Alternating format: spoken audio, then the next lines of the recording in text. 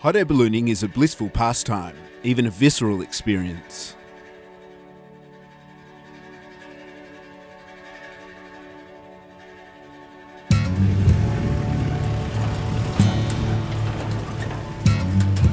But these pilots are competing, racing thousands of feet into the sky aboard the oldest human-carrying flight technology in the world.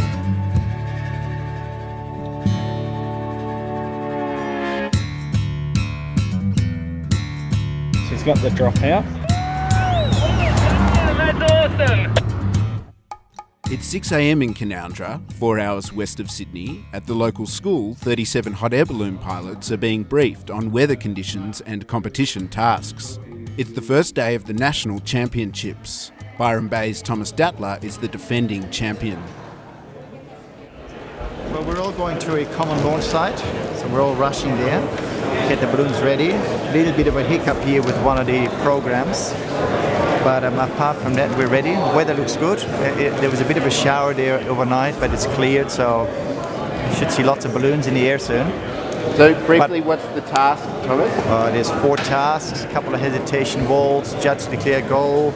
I'll explain them to you later, but we got to rush to the Got to get out of here? Got to get out of here. Okay. Follow. See you soon. 2 years ago, Thomas won the National Ballooning Championships with just a compass and a map. But this year, things are different. A few kilometres from town, ballooning competitors queue at the entry to the launch site. So there's a basket. What I decided last minute is to actually use, what I did last time is to use a paper map as well. You'll tell me now if it's 5 kilometres away. You know, it's to find that right balance between modern technology, moving maps and that, but as well, this one is set. A paper map that finds, it gives a really good overview, you know, where you're going. You don't have to zoom in, zoom out. Okay guys, you can drop it. I'll just do a quick warmer check here.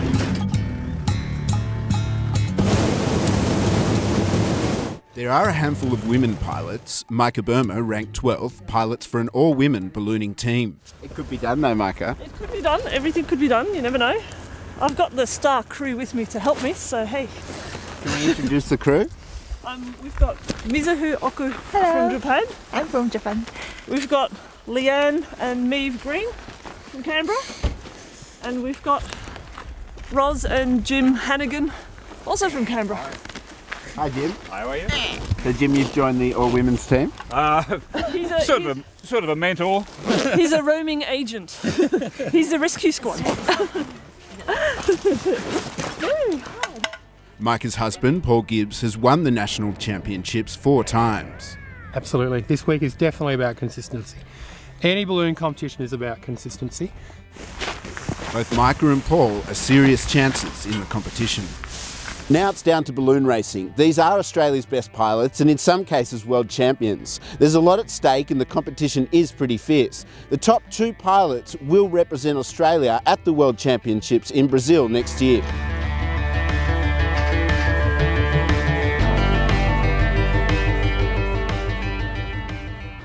A pilot steers a balloon by using changes in wind direction at different altitudes.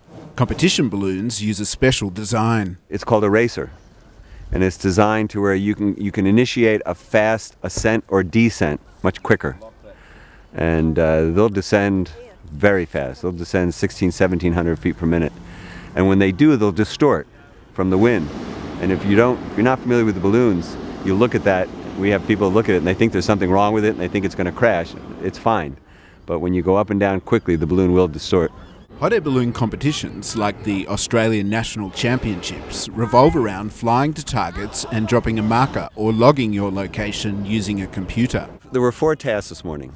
The first one was called a judge-declared goal, where you have a single target that we set and you fly to it, get as close as possible. The second task was called a hesitation waltz, and there's 2 targets, and they can go to either one. And then the third and fourth tasks are called fly-on tasks, where they decide where they want to go next. They have to declare a goal at least 1 kilometer away and then fly to that goal, hit a button on their logger when they get as close as possible. And they do that 2 times. But the first target, you know, a lot of them, I think they stayed up high a little bit too long. So they had to get down right as low as possible. And a few of them actually touched the ground trying to get that low wind, and that's a penalty. So it was fun to watch. Nice. Better. We'll find a landing spot. Okay, I'll follow you.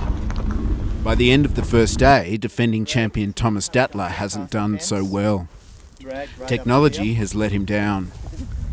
How fast were you going, Thomas, when you hit the approached? 11 knots. 11 knots today. So that's definitely a speed at which the basket will tip.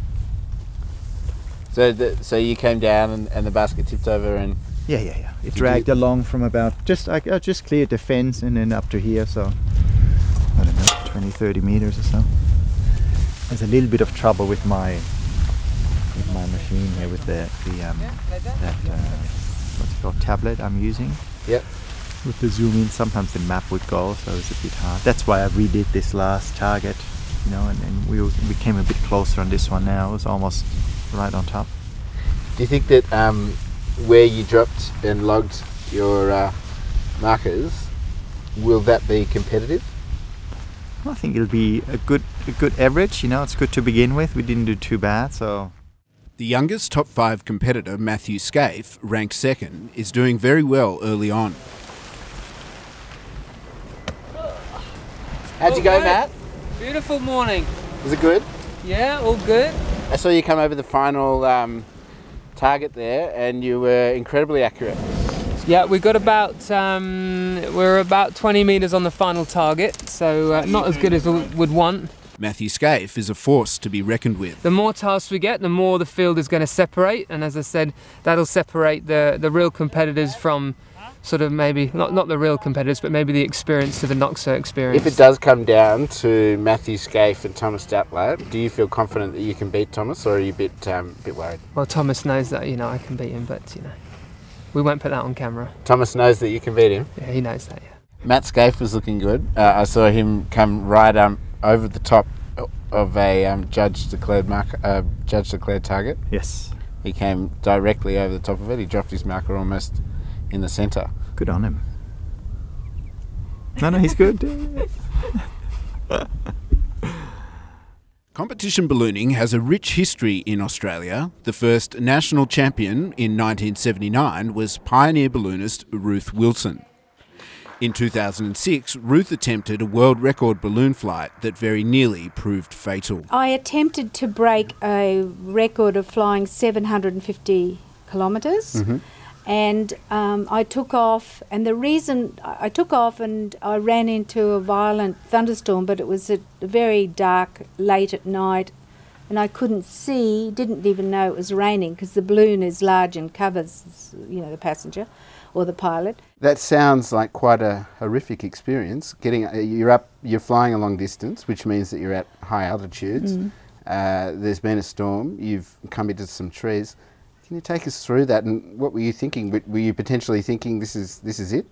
Well, it's interesting. I didn't know it was happening because I'd launched in the dark moon. There was no moon, and I was well lit with huge candlelight torches and with the burner, but I was flying along around 3,000 feet, and suddenly my instruments went crazy. They were wobbling and waving all over the place.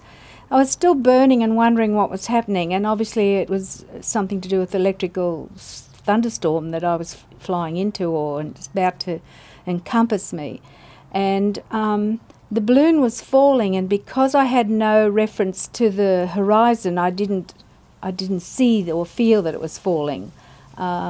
I felt calm because all my early days I flew without instruments, so my decision was, when I saw the instruments going all over the place, I'll just fly on till sunrise and assess and land. But then the balloon basket hit something, and I knew that I had obviously felt it, so I quickly turned my pilot lights off. I didn't want to burn. So you're up in the trees, and then the balloon literally just fell down through the branches and you hit the ground. Were you hurt? The balloon just went through the trees because I was doing about 20 knots because I needed speed to get across the continent. I didn't know I was hurt at the time because I was in shock, but I did break 4 ribs with the impact, but they healed. Serious balloon accidents are rare in Australia, but until recently, the deadliest balloon accident in the history of aviation happened in 1989 in Alice Springs. 13 people died following a mid-air collision between two balloons. February 2013, and tragedy struck Egypt. 19 tourists have reportedly been killed after a hot air balloon exploded near the ancient Egyptian city of Luxor. Located 500 kilometres south of Cairo in the Valley of the Kings, Luxor is a popular destination. Bismillah. No. Bismillah. La ilaha illallah. La ilaha illallah. La ilaha illallah.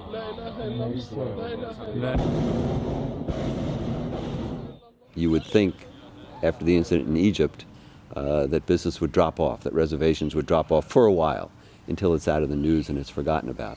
But they say it really doesn't. I'm surprised. It would be interesting to see how the business in Luxor was after the incident. There are some areas of the world where there's a lot of rides, a lot of tourists going up in balloons. And we try and make them aware of the fact that it is potentially dangerous. Anytime a passenger goes up in a balloon, they have to sign a release or a waiver beforehand. And that waiver should explain that ballooning is potentially dangerous, that you can be injured or killed if things go badly. It's the final day of competition. We've come up to get a bird's eye view of what's happening. In the lead is Paul Gibbs. He's got a comfortable lead. Second is Sean Kavanagh, and third, having fought for it yesterday, is Matthew Scaife. The 18th National Ballooning Championship looks ready to return to old hand Paul Gibbs. Almost 2,000 points ahead, Paul is untouchable now. The young guns have been put back in their place. Do you feel like you're back in business? I mean, very much so. Yeah. I was expecting a couple of the younger guys to do really well. Thomas hasn't had a good week, and he was looking very convincing last Nationals. So I thought he would be a really tough competitor this time round. But look, I've had weeks like Thomas has had, when you're feeling good, but things just don't click. So it does happen, and the other guys just haven't been as tough as I thought. So, yeah. Paul Gibbs feels like he's back in business. Yeah, I think that's right. I beat him last year, so, I've got that at least under my belt. And a few times it didn't go our way. Some of the winds very fickle, and it just didn't go our way. So I'm not, it wasn't a bad flying. It was a bit of bad luck. Maybe different tactics and getting used to the loggers, which we haven't used last time, and I've never used them in competition before. So that makes it a bit more complicated. Rather than just dropping markers, you know where you're dropping. And but no, it's okay. But pilots aren't the only winners of this week-long competition in rural New South Wales. Many people in Canowindra have built businesses around the balloons. The organisers have been so successful with their annual Canowindra Balloon Challenge, they've attracted the national championships. Next, they want the Worlds. For a small country town to get an injection of what we call foreign dollars is really wonderful. The businesses have something to build on and be themselves sustainable. So in terms of that international stage, 2014, the World Ballooning Championships will be in Brazil. Yes. Yep. 2015, could it be that the World Championships will be in Canowindra? We're bidding for either 2016 or 2018. You really need to have at least one major international event beforehand. And the winner of the... After the gas is burnt and all markers have been dropped or logged, 4 times national champion Paul Gibbs has done it again.